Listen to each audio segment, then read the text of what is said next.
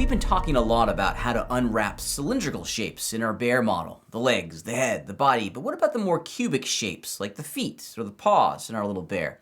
The solution for our cubic shapes is a little bit different than the solution that we have for our cylindrical shapes. And let me show you some of the ideas that I've always kind of found that to be very successful when unwrapping and creating UVs for cubic shapes.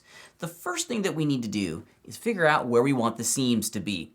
And I always create what I call C shapes or U shapes with the seams inside the mesh itself. So I'm looking for C's and U's, a C shape or a U shape, however you want to visualize it.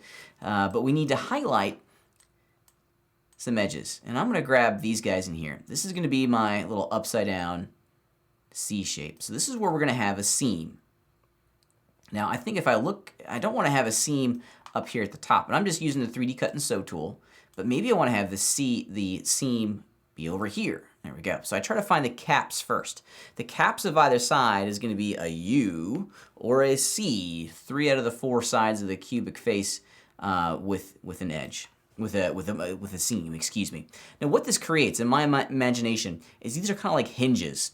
Where we have selected represents the part of the mesh that's going to get popped off and cut from the base of the UVs itself.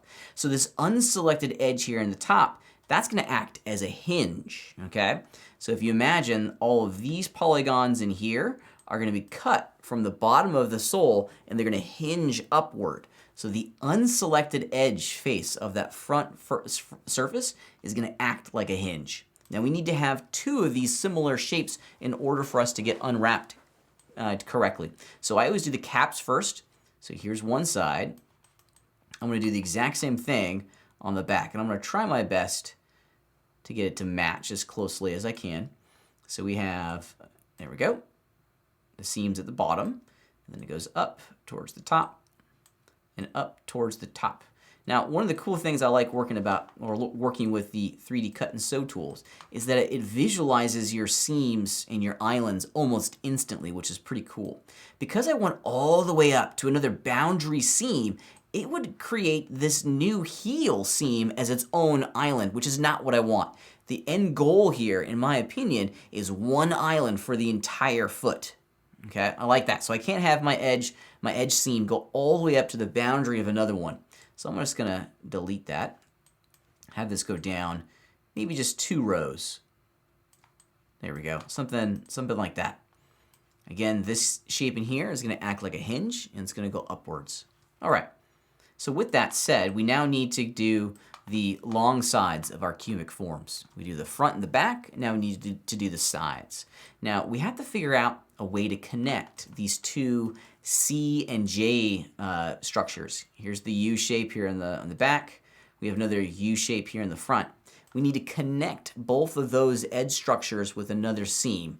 And we're going to be careful with this because we don't want our audience to see it. So it makes sense in my imagination to have that connection be on the inside of my foot.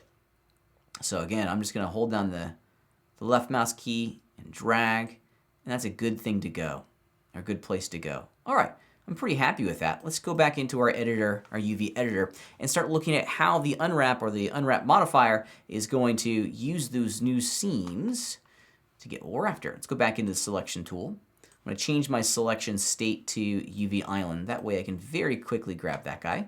Let's find where it is inside of my map. Oh, it's right there. So this is the result before, not so hot. If we were to turn on our visualizations at the moment, yeesh. Look how it's, oh my goodness. Look at the warping that we're getting here in the back of the foot. This is all over the place, right? So I'm glad that we're going in and modifying this with some new seams. Let's run the unwrap tool one more time. The unfold, excuse me, and this is what we get. Ah, that's starting to look much, much better. If we turn on our check pattern once again, voila!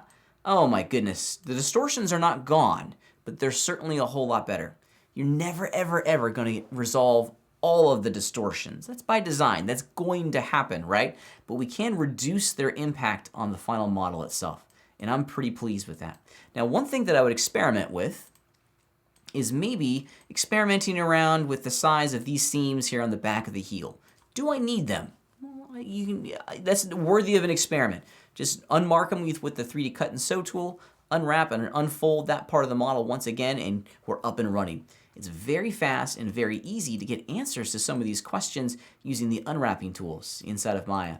And that is a good strategy on how to unwrap cubic forms on your model.